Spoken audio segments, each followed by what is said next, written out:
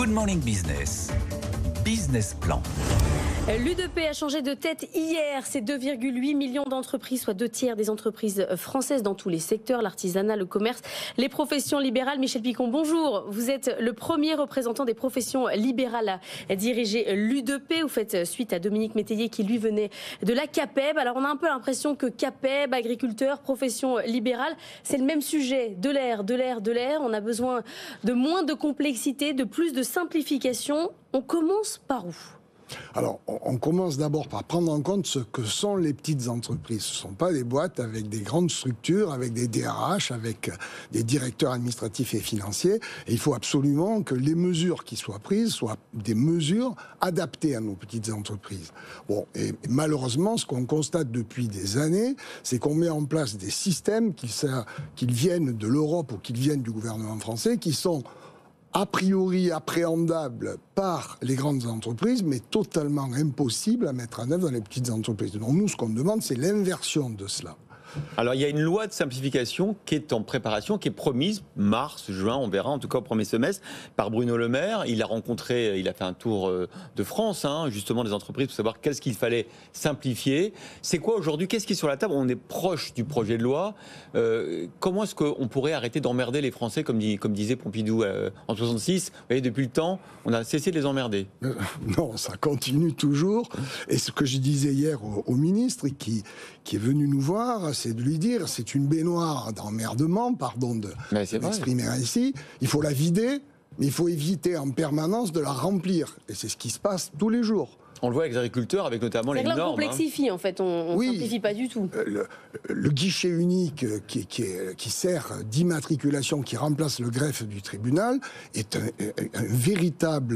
une véritable proposition de complexification. Et pourtant, l'objectif, le guichet unique, c'était quand même la simplification. C'était quand même le but. C'est l'inverse. Parce qu'à partir de ce guichet unique, on n'a pas voulu simplement donner la possibilité à une entreprise de créer sa boîte.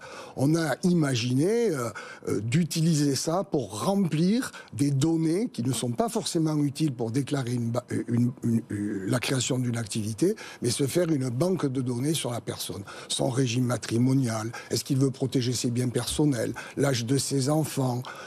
C'est l'enfer est pavé de bonnes intentions. Exactement. Vous avez, 50 propositions, la CPME en a 80. Évidemment, il y en a qui se rejoignent là-dedans.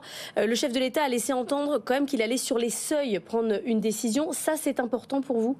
Oui, les seuils sont importants s'il s'agit simplement d'alléger les charges qui pèsent sur les entreprises entre 10 et 20, au-delà entre 20 et 50, que l'on ait des pratiques plus souples, notamment dans le droit du travail, dans les milliers de formulaires qu'il faut remplir. Et c'est un frein à l'emploi. Passer de 10 à 11 salariés, c'est un carcan pour l'entreprise. Donc tout ça, il faut le supprimer. Ça, vous pensez que vous allez être entendu là-dessus? Oui.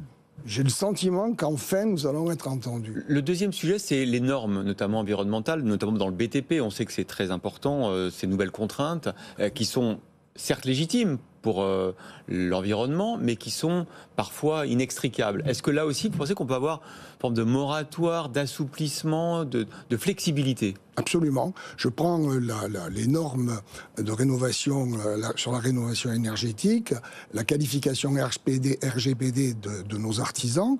Le gouvernement s'engage à un moratoire pour alléger les procédures pour les petites entreprises, puisque les dispositions de la prime Rénov' écartent de fait toutes les petites entreprises. Or, c'est un marché local et le gouvernement s'est engagé à revoir cette copie.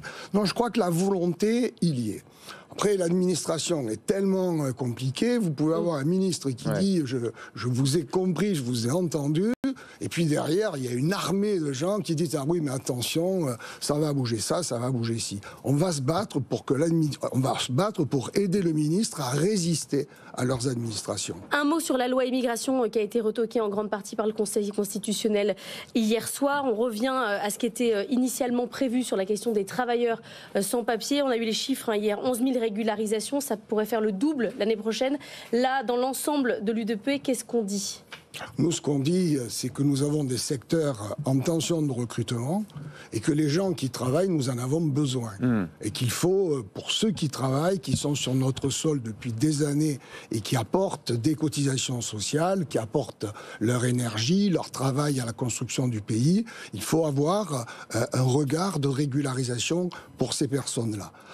À côté de cela, il y a dans nos métiers des centaines de milliers d'emplois qui ne sont pas pourvus. Et pas simplement dans la restauration, où on peut considérer peut-être à tort, mais c'est un état, que c'est un métier difficile.